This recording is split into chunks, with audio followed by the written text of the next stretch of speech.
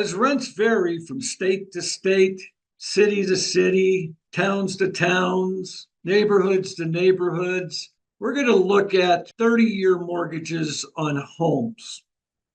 Notice with the Trump administration, starting in January of 2017, mortgage rates were at 4.19%. Throughout his administration, mortgage rates never hit 5% and started to drop before the pandemic recession of March and April. Until finally, in January of 2021, mortgage rates hit 2.73, which means through the Trump administration during those 4 years, mortgage rates dropped with a high no higher than 4.9%. As the Biden-Harris administration takes over, home mortgage rates remain relatively stable and then begin to rise at the end of 2021 and continue to rise to 7.8% and have remained relatively high all the way through September 5th, where they finally have settled at 6.2%, which has been an increase of 3.5% on a 30-year mortgage from the time the Biden-Harris administration has taken over. As home prices were increasing, so were the insurance prices on those homes. The producer price index for insurance companies, when Donald Trump took over, the index was at 203. And by the time he left office in January of 2021, the PPI for premiums for property and casualty insurance went to 215, which meant that premiums for property and casualty insurance rose 5.9% over those 4 years. The Biden-Harris administration takes over and it goes from 216 to 248, which is a 15.3% increase in premiums for property and casualty insurance in less than 4 years. Let's look at credit card interest rates from commercial banks. During the Trump administration, starting in February of 2017, the interest rate was 13.8%. By the end of his term in January of 2021, they don't have January on this list, so we'll go to February. Interest rates on credit cards went to 15.9%, which is only a 2.1% increase over those 4 years. Compare that to the Biden-Harris administration.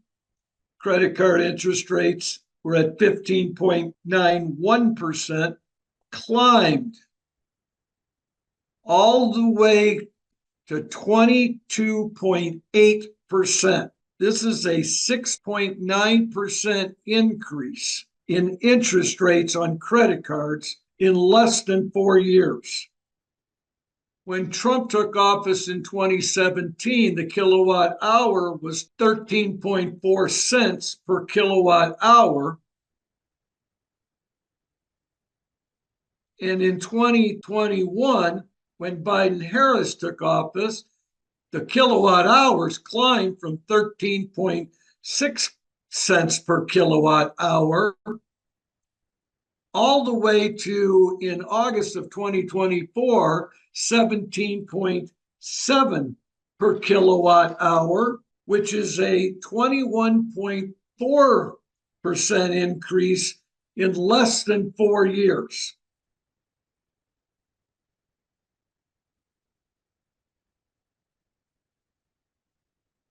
looking at supermarket and other grocery stores producer price index.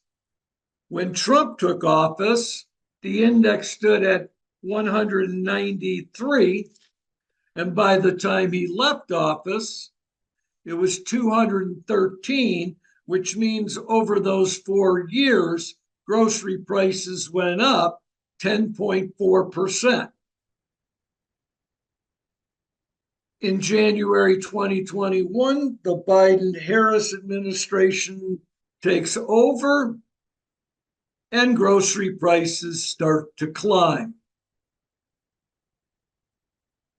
All the way in August of 2024 to 275. When you calculate the inflation rate, the producer price index indicates that those prices went up 29.1%.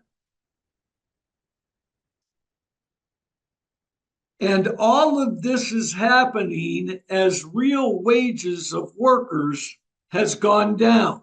Notice when we're looking at real wages of workers, and this is the index, this isn't the wages on the left-hand side, but the index to figure out how much real wages have changed over a particular period of time.